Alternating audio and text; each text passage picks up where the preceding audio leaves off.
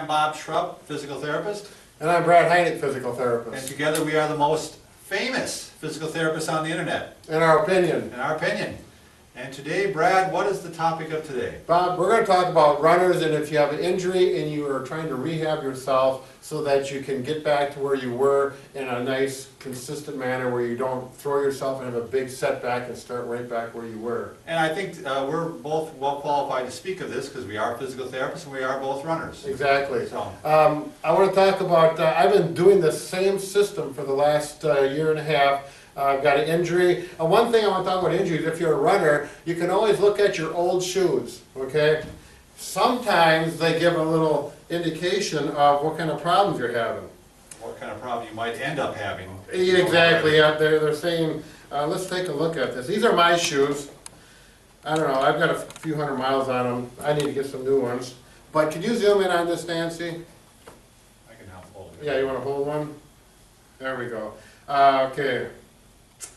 So this is the outside of the shoe and the outside of the shoe.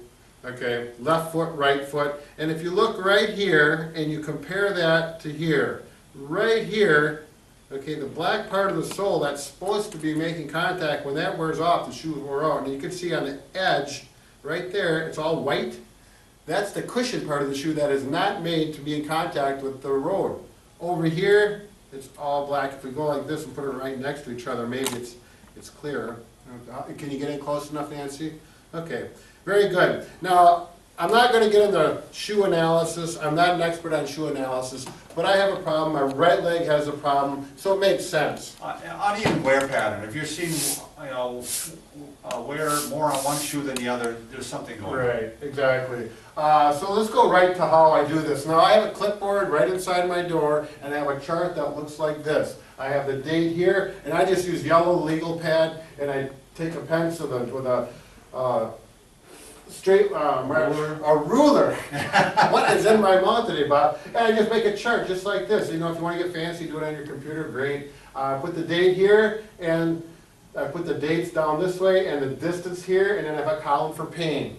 Okay. And if you notice the date, I have the 1st, the 3rd, the 5th, the 7th. I have an injury. I do not want to run every day in a row. Right. I want to take a break between. Okay. Now, this isn't exactly off my chart, but the concept is the same. Let's say you have an injury.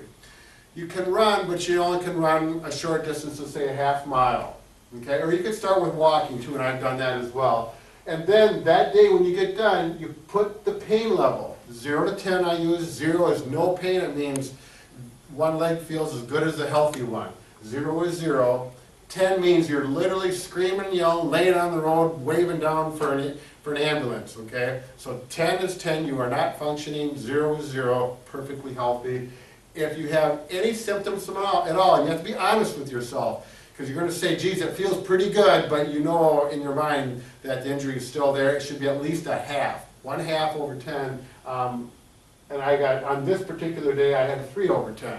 Now, what you're saying, Brad, is the pain at its worst, right? Right. Because the pain may vary from 1 to 2 to 3, but at the worst part, when the pain was, you're experiencing the pain at the highest level. Throughout that half a mile, yeah, my worst pain was a 3 over 10. Right. Okay?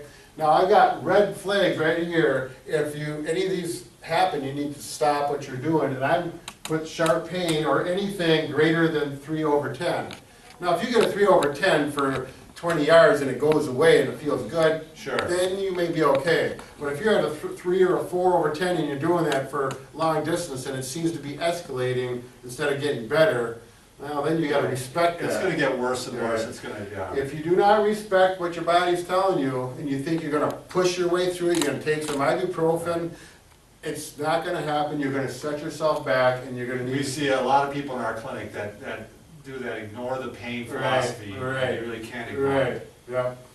So on this you can see I went a half a mile, 3 over 10. The next day, or 2 days later, I went a half mile, went down a little bit. I'm thinking, great, I'm not going to go more than a half mile, though I could. I'm going to stay at a half mile and went down again. So right there with my green light. The next day I run, 2 days later, I go up a 1/4 of a mile. I don't jump up to 1.5 miles, go up to 3/4 of a mile, still at 1 over 10. And just to jump in, Brad, here, I think that's a key to trying to prevent injury or also keep injuries at bay is really not advancing the mileage too rapidly. Exactly. I mean, if I see injuries with running, and quite often it's somebody who was running a mile, then suddenly runs 3 miles, or Right. somebody that's running 5 miles and suddenly runs 10 miles. I did it. Yeah, and you will find out that that did not work. Right.